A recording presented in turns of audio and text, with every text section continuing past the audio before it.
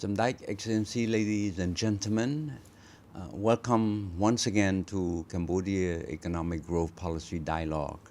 Today I have the pleasure to have a good friend, foremost a colleague, but foremost a good friend, Dr. Naron. He's the Deputy Prime Minister of the Royal Government of Cambodia. He's in charge of education, youth and sport. And I'm just pleased that he took the time to come and have a nice dialogue with me. And we will try to cover, on what I see the progress, the evolution of our educational system. Because as you know, after the war, after the Paris Peace Accord, we pretty much have rebuilt our educational system from scratch. Fast forward 30 some years later, we are moving quite fast. We're improving our education system from primary, secondary to university level. So I think it's a lot of things for us to discover, but I want to have a more hands-on response from the actor, the main actor, which is you, Naron. You've been handling this portfolio for about what, like? 11 years. 11 years. Almost 12 years now. Oh, 12 years, yeah. So tell me a bit how you see the 12 years ago when you were asked by the Prime Minister at that time. It was like the Chuon Naron who asked you to move from finance, from the Supreme National Economic Council to take over the portfolio of education. Tell me a bit how it evolved. Yeah. So thank you very much. I think I've worked around 15 years in the area of economy and finance, and I'm trained as an economist, focusing on macroeconomics, on public finance, but also on insurance, non-bank insurance sector, also policy analysis. But in 2013, I was asked by Samdach Chuon Naron to come to education. I understand that the importance of education, especially for Cambodia, which has a high proportion of young people. So we have to give them knowledge, skill, but also good attitude to become a human capital for economic transformation. So I started by identifying 8 priorities. So I'm moving, from finance to education is a new area. So the 8 priority is just like, based on my survey, that number 1, the young people need skill. Need skill, yes. Okay. Number 2, we need to have a good policy, a think tank, because I used to have also Supreme National Economic Council. Yes. So I think that education, we must have a think tank that can guide the policy. Number 3, grade 12 exam, because we have seen that the young people, they don't study. So we have to really focus on the grade 12 exam, and then we look at how to improve the management of human resources, because in education we have more than 100,000 teachers. So number 5, we need to have better financial management system. And number 6, we also I'm responsible for sport. Number 7, higher education, and also number 8 is also we need to look at how to reform school. So after 8 priority, the only one thing that I have to really prepare is grade 12 exam, because it affects 100,000 students that take exam every year. But also we have about 4 million students in 4 million students. as the student who study. 4 million. So at least we have parents also, so I think that's why we have to take that seriously. But after we implemented the education, the exam reform, I found out that the very strict, no cheating. So only 25% of the student pass. Really? So yeah, so the first year is really very serious, 25%. So we organized the second exam the same year because a lot of student fails. 75% of student fail is not good. So but at the end we have 40% of the student pass. 60 fail, but the parents support us. Yes. And there's a support at the highest level by the Prime Minister, because without a good examination assessment system, students don't learn. So we want to make students work hard. So then I understand that we need to have more information. Number one, we need to provide incentive to the teacher, increase teacher salary. So then we have the 5 pillar. In 2015, we identified 5 pillars of reform. Number one is teacher reform, increase the salary, give the teacher more better working condition, how to retain teacher, how to increase teacher qualification, because teachers are the backbone of education. We have to train teacher well. So both in-service training and pre-service training. Number two is the school inspection, because at that time, students when they reach grade 12, they don't go study, they go to work. So school inspection that focus on learning outcome, focus on how the teacher teach, focus on how the principal manage the school, how the parent participate in the support of the schooling. That number 2 pillar. Number 3 pillar, we have to improve the assessment system, including examination, but also national assessment. Number 4 is about the higher education reform, how to link secondary education and higher education. And number 5, we have to review the curriculum and also the textbook. So that mainly the reform focusing on how to make Cambodian education system relevant to the job market, and also more relevant to other countries in ASEAN, because Cambodia has to compete in ASEAN. But bear in mind that we have gone through the war, and our access was low. I think because of the war, we did not know half of the budget at that time spent on security and also on military. So starting from year 2000, that we start to give build road infrastructure. We have peace. Then the parent, they want to send their kid to school. So and we need to build more school building, and also increase the salary of the teacher. So after we implemented at the central level, I wonder whether how can we improve the result at the school level. So I start to do my PhD, to do research, so that we look at the experience worldwide of education reform, because we cannot afford to waste time. Then in my PhD research, I found out that we need to coordinate between top-down reform and bottom-up reform.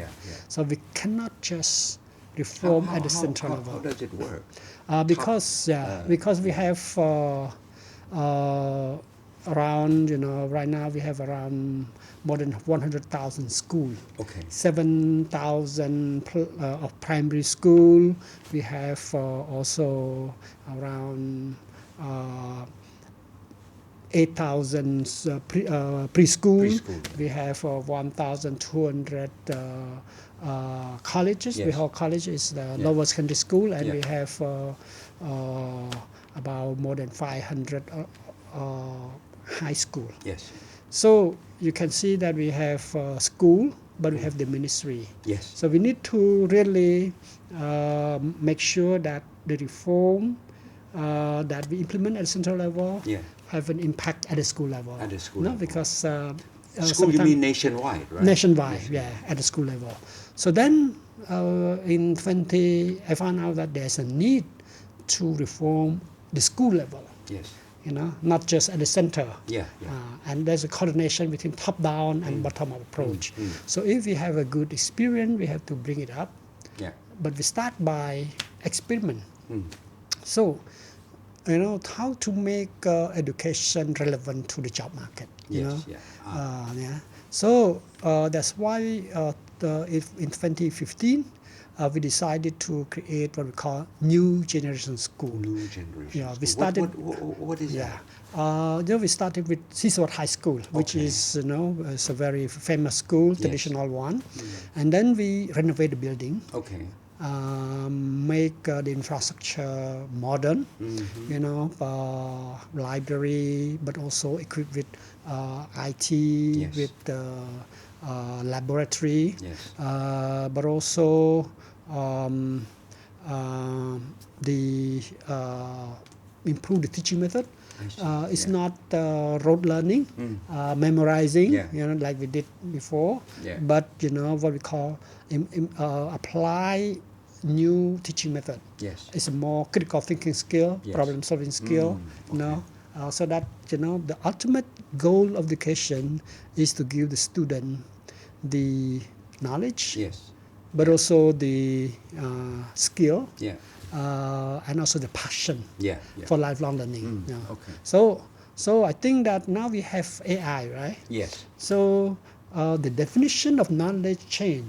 Yeah. Before you're not scholar is that you know a lot of things. Yeah. So you are a scholar because you know. Yeah. But now, knowing not enough, because if you want to know, you just press a button, and all the information come out. Yes. Yeah. So it means that the teacher and the student just knowing the fact is not enough. Okay. It means that you have to have how to think critically, Yes. how to solve problem, Okay. how to work in team, Yes. how to create, innovate, Yes. and also digital skill. So that's why with AI, with the internet, is that just knowledge is not enough. Knowing fact is not enough. Yes.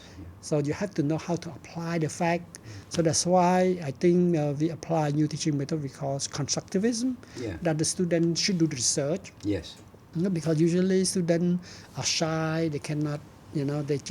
I think they just listen to the teacher and then take note and then memorize. Yes. Not that before. That was but now before. no longer. Yeah. So we divide the student into small group, and then the teacher explain and the student do research.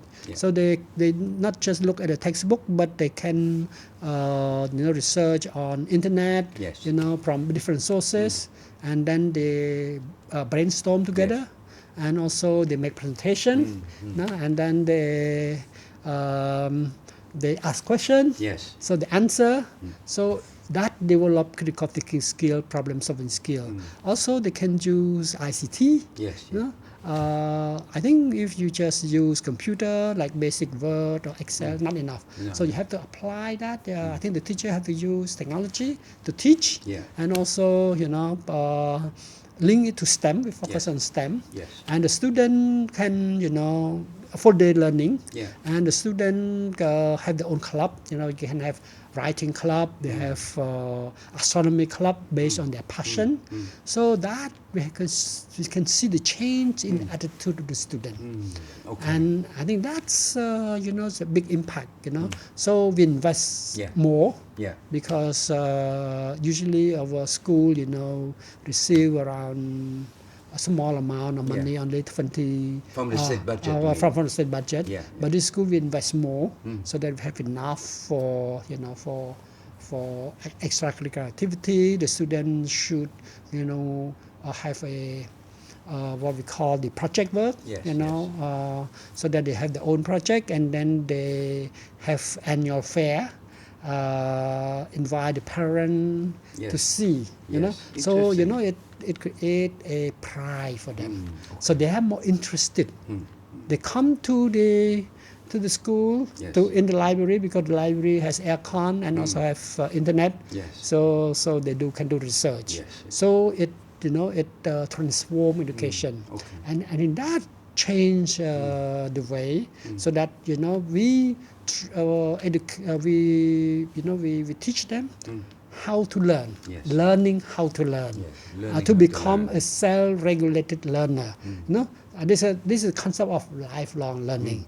So even if you have a degree, PhD, but if you don't do research or continue to work, you will lose momentum. I think that very important. So I mean, it's you listening to how you describe the education system, how the students have changed. I think it's very exciting to me to see how the learning method have changed. Because when we knew each other about 30 years ago, students are very shy. We go to the class and we listen. So now they develop all of that. Presentation skill, communication skill, problem solving skill, but also English language as well. These you're talking about at the level up to high school, right? High school. So now we have 14 of that, because we will expand more when we have more budget. But then this is a laboratory. So we select 2017-18, we select 100 schools to reform. And that a mid-level.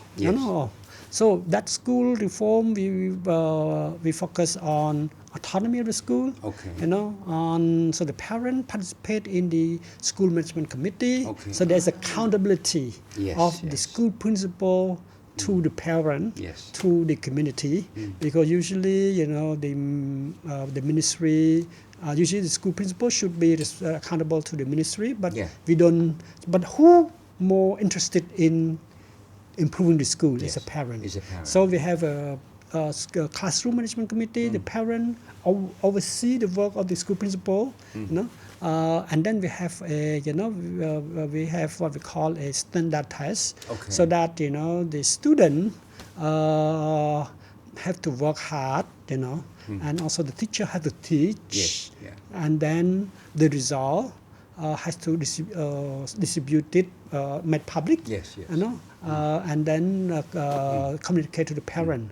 So then the standard test is that allow us to assess the real level of the student, because if we have the problem of private tutoring, so in private tutoring, sometimes the student go to the class, tutoring class, and then the teacher can favor them. But this one is make the education more fair, and also then they can provide support, additional support to the student, and you can see it work well, based on the concept of 6A. Number one, number one, autonomy of the school. The school has to be, what problem we have. So they have to solve that problem. Number two, accountability to the parent also.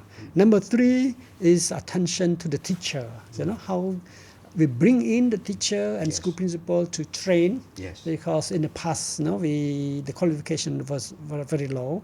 So we increase the qualification of the teacher. Now they should have bachelor degree to teach for primary and lower secondary, master degree for upper secondary. Then another A is attention to early childhood. It means that the preschool, then attention to the culture of the school, and I think that we have seen that we have improved the school. So based on that, now we expand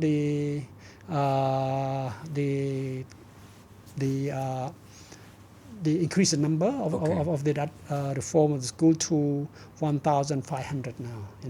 So I think that we tested out for a few years, and now we expand that. Now I think that we also increase budget. I think the government, like Hun Sen, he built now 4,500 school building during the last 20 years or more. Some like the Chu and also some like Tepaday bill. And the ministry using the state budget, also the partner budget to build 1,200 more schools during the last 10 years.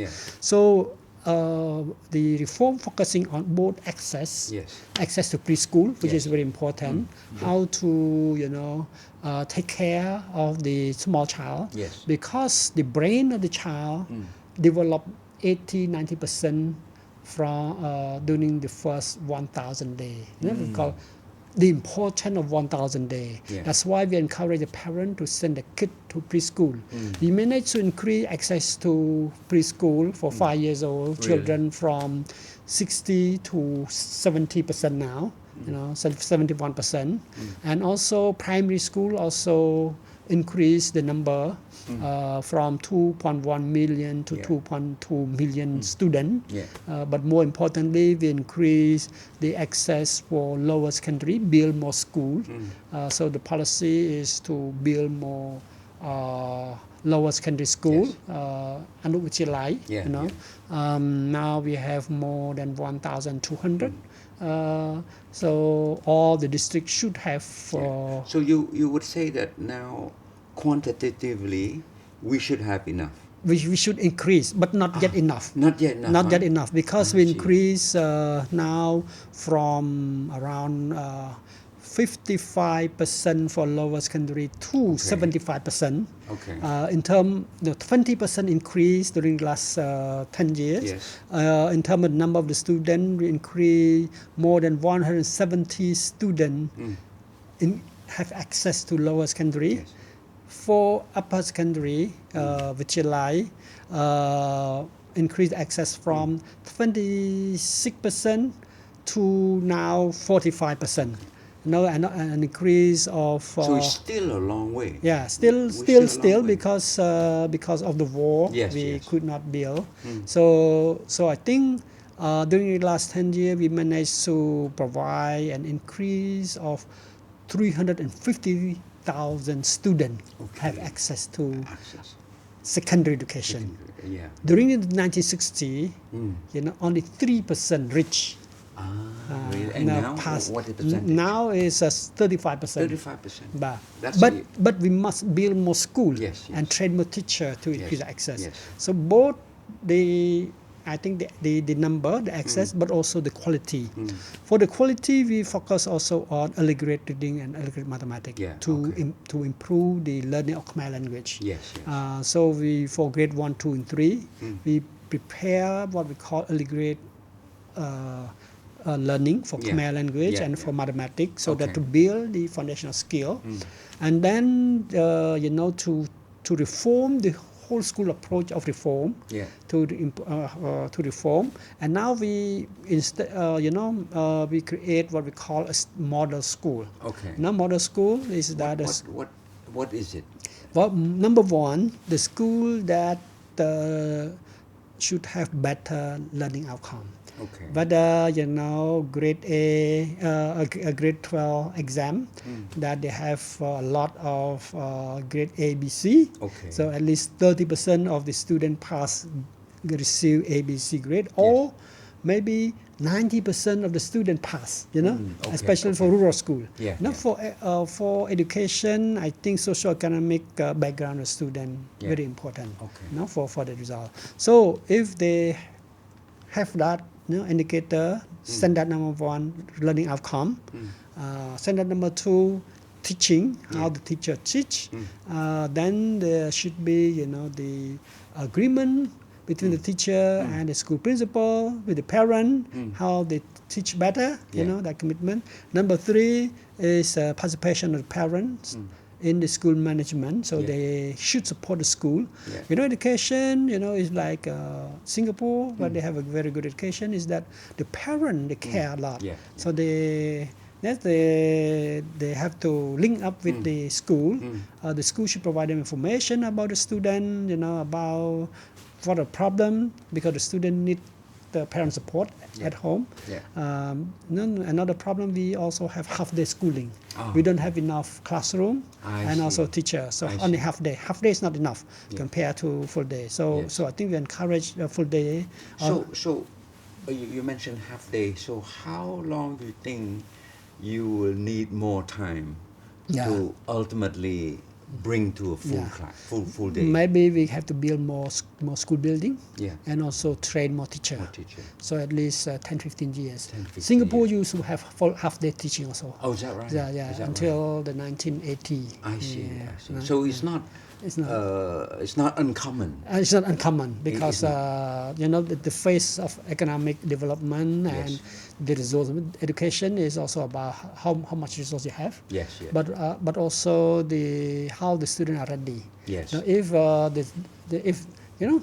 bear in mind that in 25 years ago, 40% of the Cambodian children suffer from malnutrition. Yes. Like stunting and wasting, like yes. 40%. Yes. Now we reduce to 20%.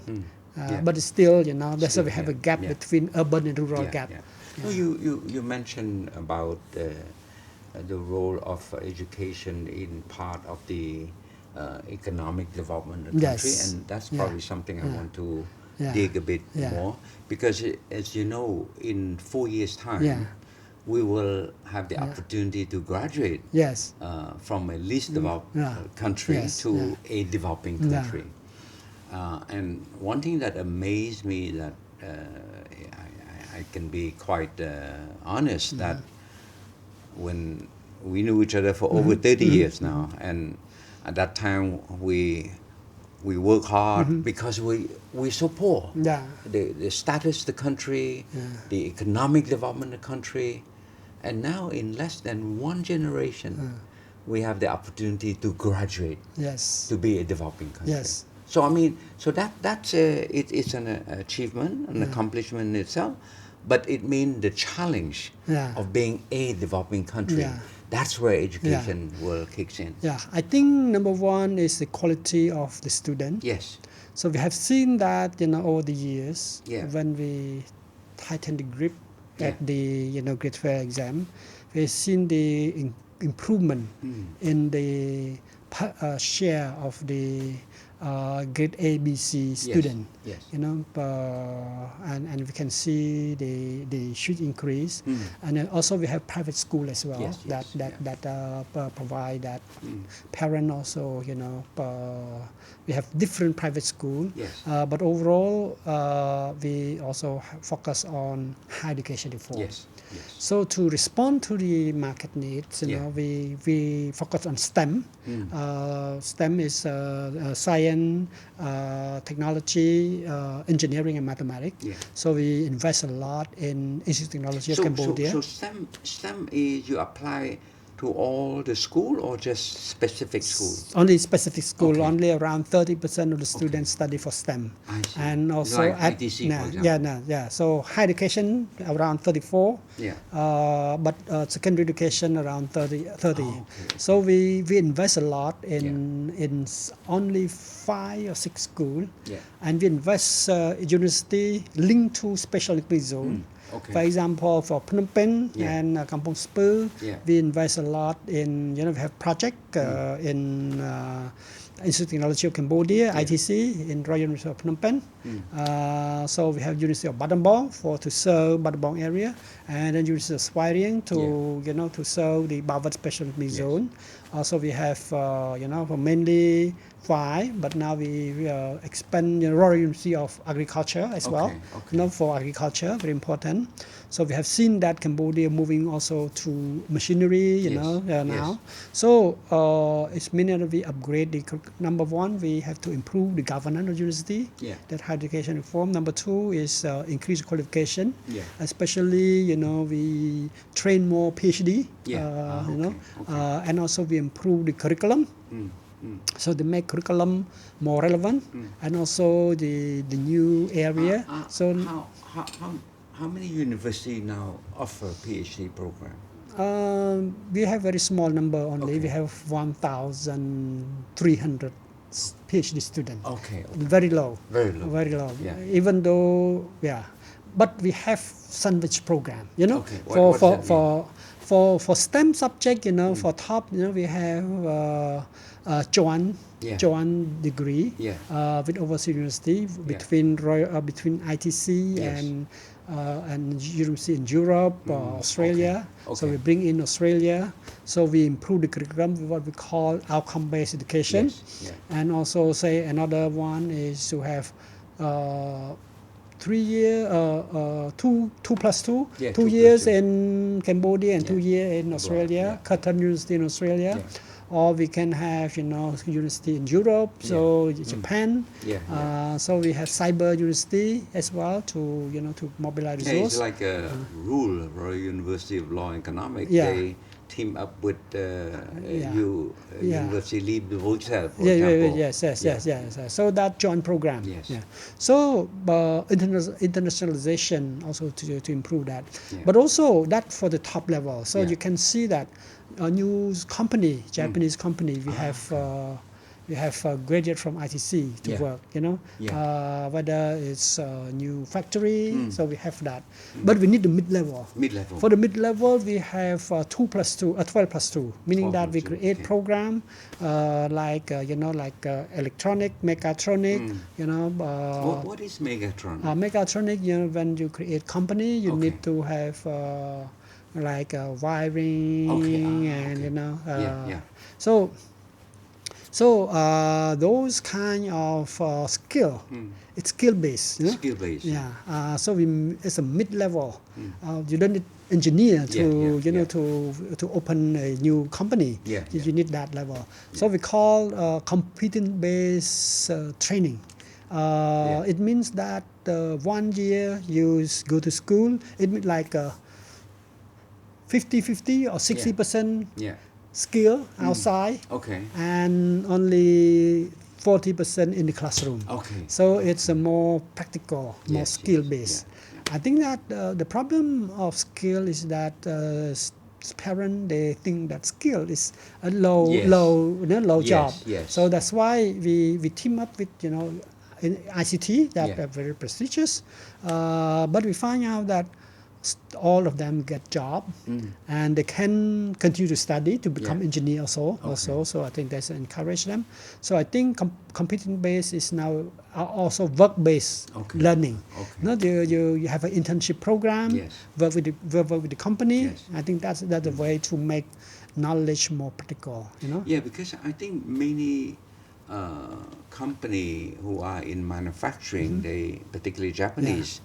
They do want to have qualified people when they graduate, because you know, it's different than you work in a garment factory. That's right. So you work for mini beer, for example. So for mini beer, you know, for example, the difference between garment factory and also electronic is that you must have smart worker, whether they are engineer, whether they are mid-level technician. Whether they are the worker.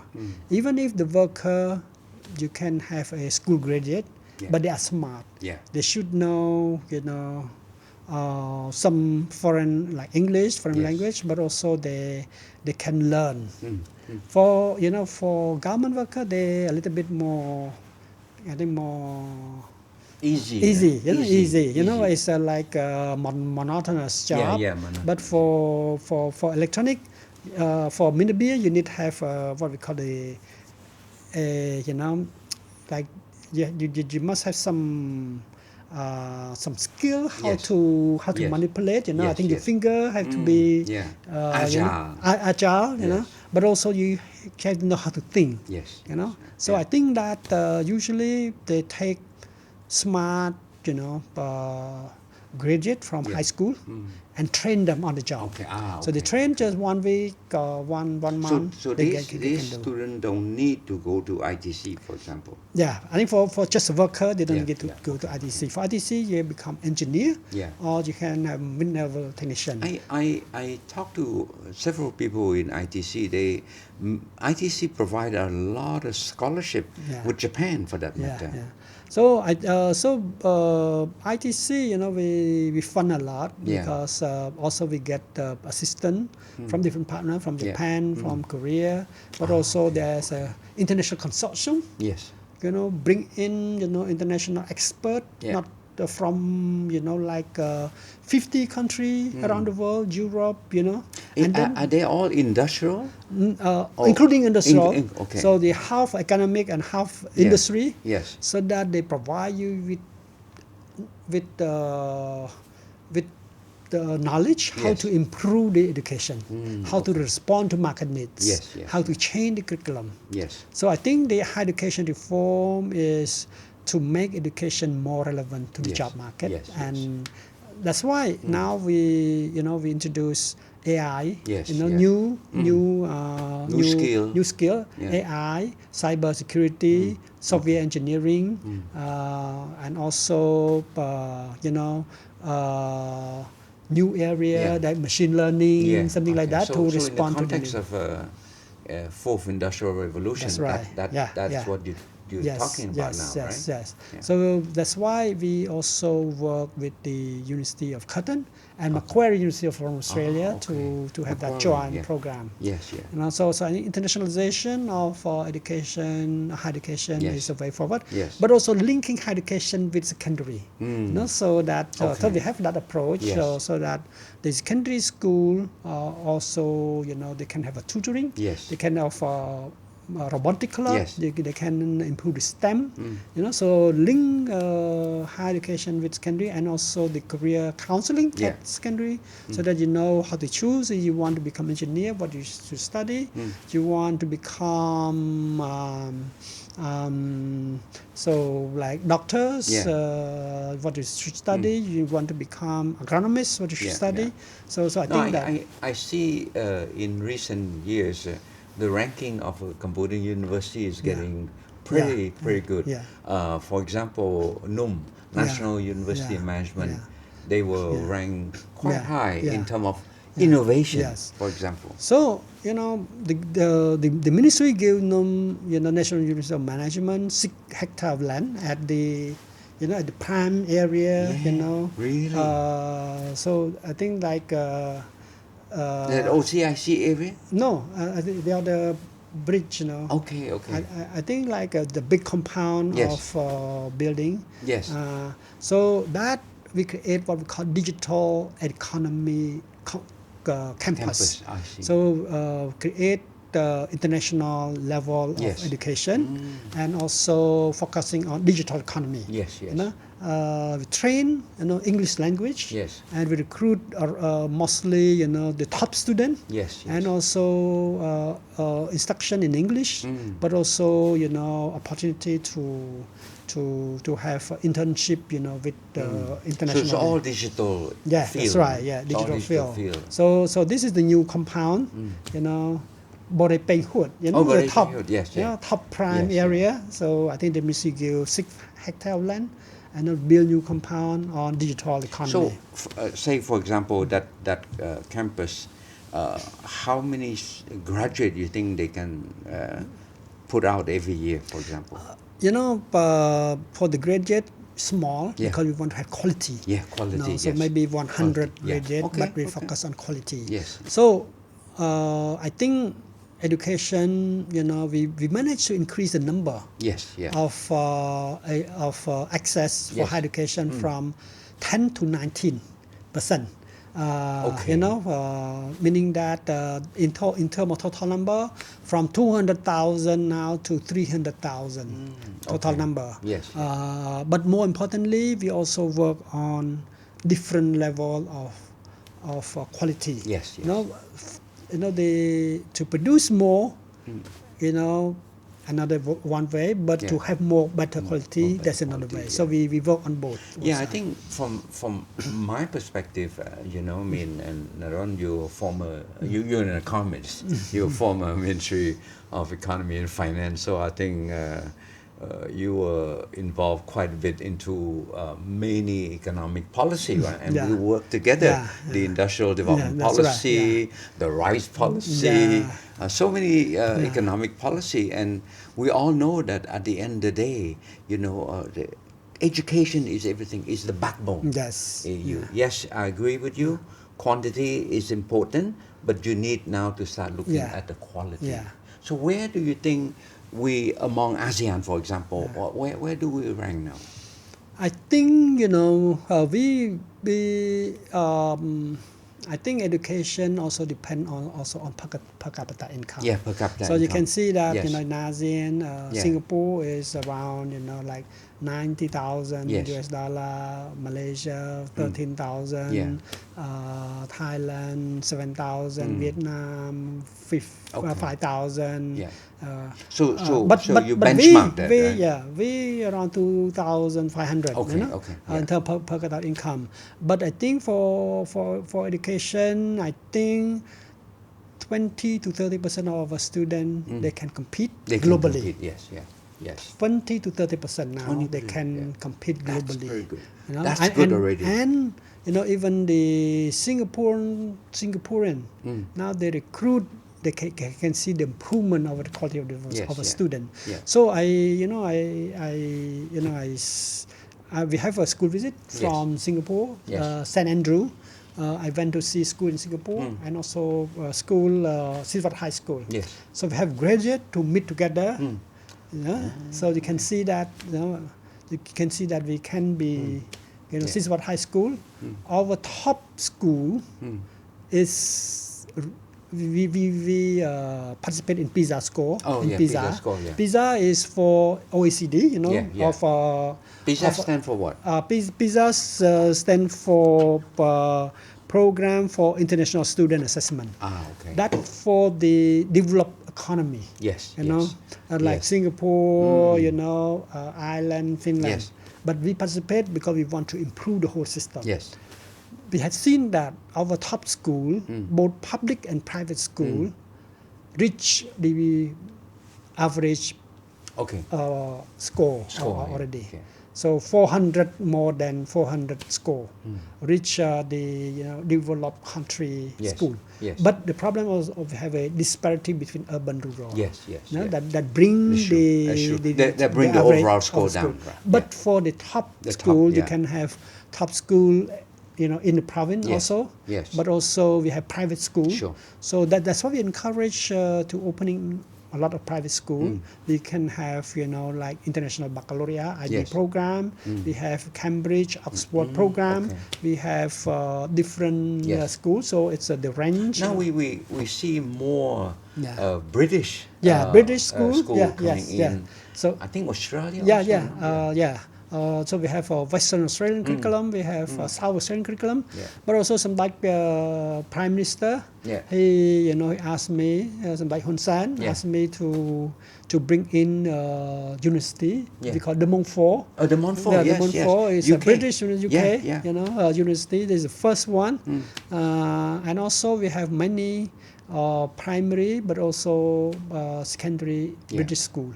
So we have French school, we have Canadian school, we have British school. So, but also we have very good Cambodian school, international school. So I think that that also helped to improve the overall quality of education. So I think to get quality, you need money to invest. Invest in teacher, invest in facility, but also we need to invest in student themselves. Parents should take care of their student and support the student. For quality, you need 5 Yeah. five Criteria. factor. Yeah. Number one is government and Yeah. also ministry Yeah. that have a policy, but also have budget to, Yeah. to increase the budget. Number two, you must have good teacher, well-trained teacher, Yeah. committed teacher. You need to give teacher higher salary Yes, yes. and train well. And then now they should have knowledge. They should have also the pedagogy. But also number three, you should have digital skill. Yeah. Number three, you need to have students who are ready. Yeah. Who ready, meaning that they are not suffer from malnutrition. Yeah. So you can so they can see the Yes, gap. yes. But 20% of Cambodian students, even though they are poor, if they work hard, they can get there. Yes. We call resilience. Resilient, Yeah, yes. yeah. Number four, you have to have a good school principal. Yeah. So I think that important. Number five is parental support. Without parental support, so I think that quality education depend on that. How do you see now? I mean, the country is quite stable now. Let's face it. We've been going through a very rough time historically in recent years. With the genocide, with so many difficult times, and to me, this is where the challenge of a missing generation after the war. That initial generation who went through the war was totally devastated. So then you have a long gap of rebuilding. That's right. Rebuilding the health, number one, right? You said yourself, if the kids are stunned, he wouldn't be able to perform well, right? So now I think 30 years later, I'm happy to hear that you say that we are coming we're not up there yet, but our top school are up there. Yeah. So you can, we can look at history. So back in the 19th century, when the French came, Cambodia was completely destroyed. The war between Siam at the time, Thailand and Vietnam in Cambodia, nothing is left. So King Ong Duong rebuilt the school, the pagoda school, and then the French tried to build, to build a school, starting from the pagoda school, Buddhism, Tripikata, Bapatrai Beda. It took 100 years to get to the 1960 and 1970. 1960 we say, okay, this is the good time for education, but remember that every year only around, it's called elitist education. Only 3% of the students pass grade 12, and every year only maybe 50 students get BA, bachelor degree.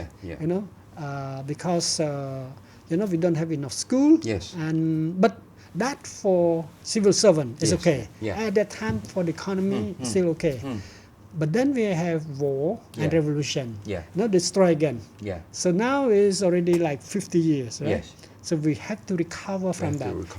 You can see that it took 100 years to build the whole human resource system, human capital, during the 19th century and first half of 20th century. But now we have rebuilt again. But we have seen that the pace is more rapid. Because the last 25 years, we have stability, we have high economic growth, and also I think demand supply. When we have more resource, you can invest more in education. The parent can invest more. So I think that's why education it depends on the level of income and also the commitment of the society. That's why I think the commitment of society, the value for teacher is very important. So we must. How in terms of salary for the teacher, are they comparatively, with the other civil servant? How are they? Somebody Prime Minister he made an exception that for salary teacher a little bit higher than other civil servant.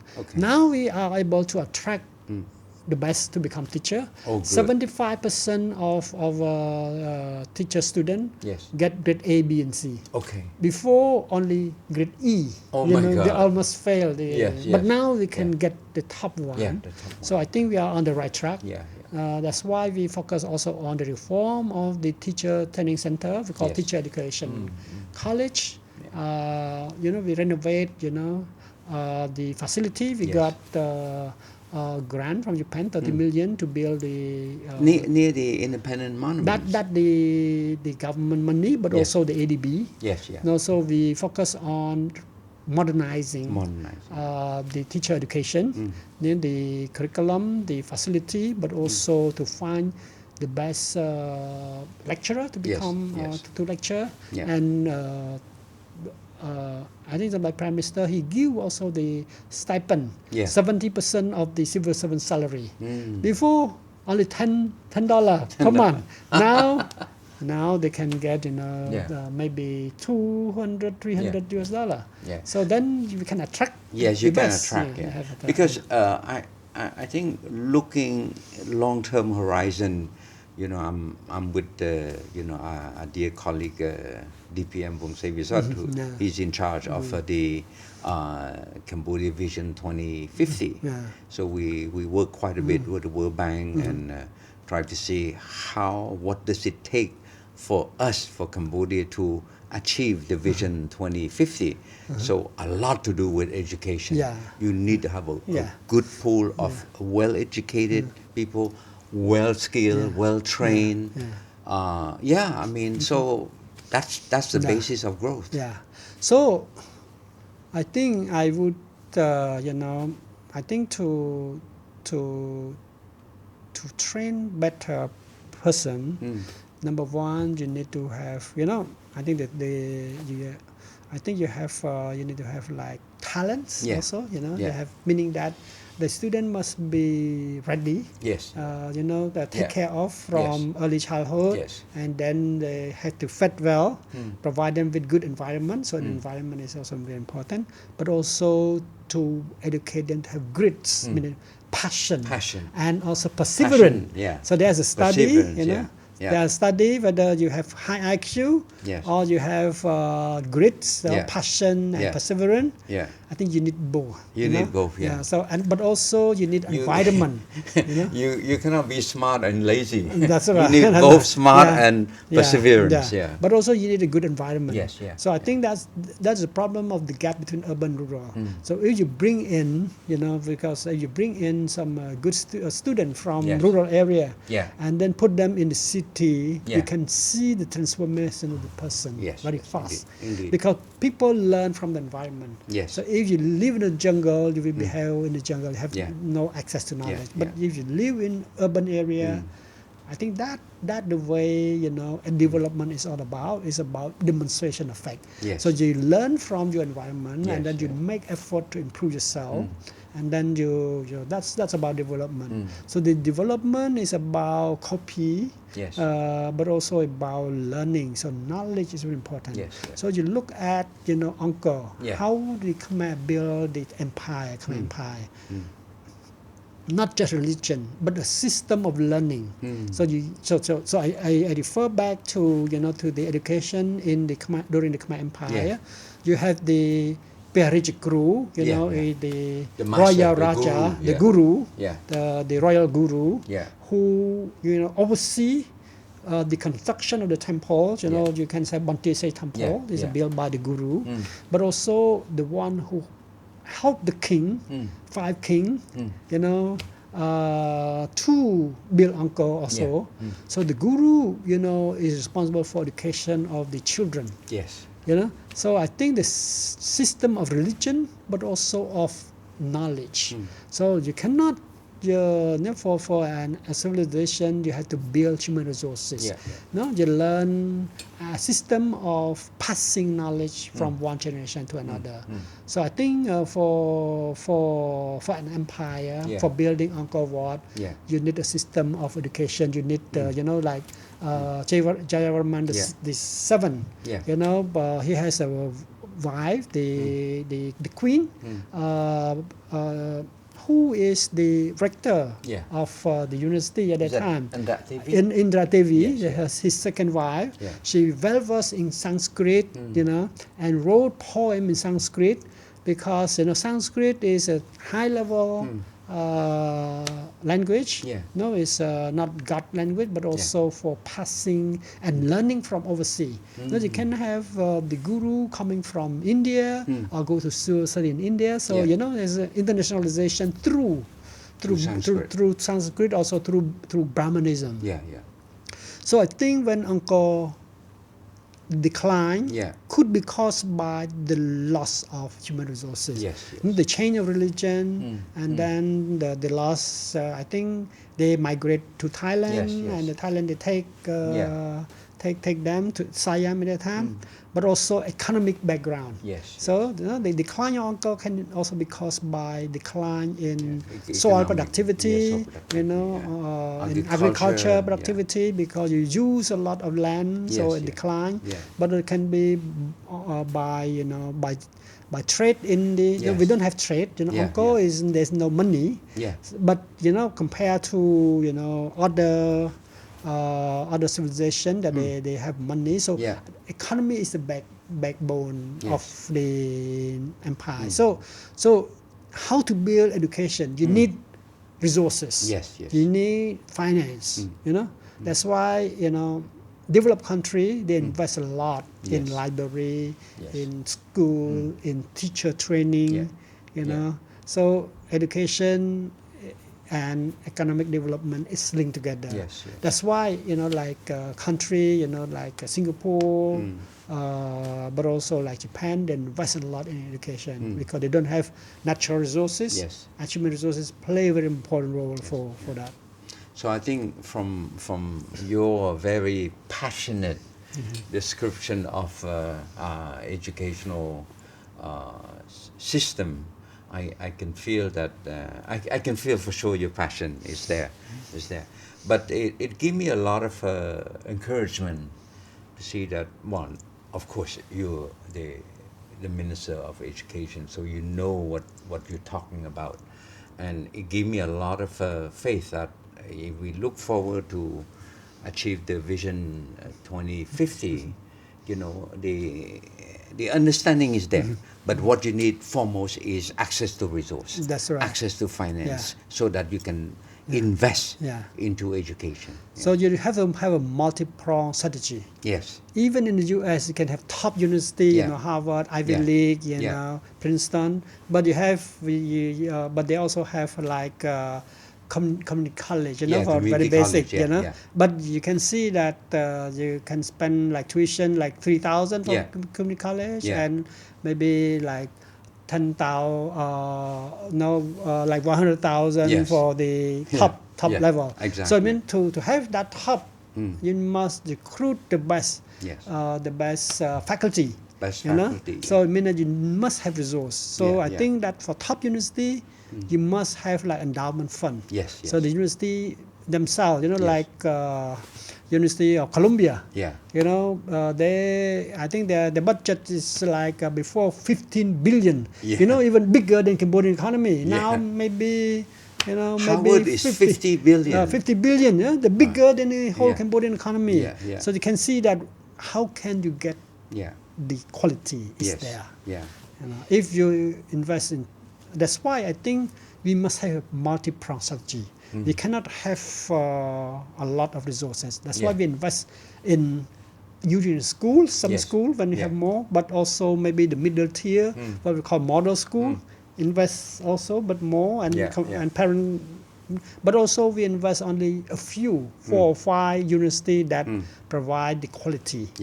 The rest, you can have small. So I think that the strategy is just no one can bring up together everything, but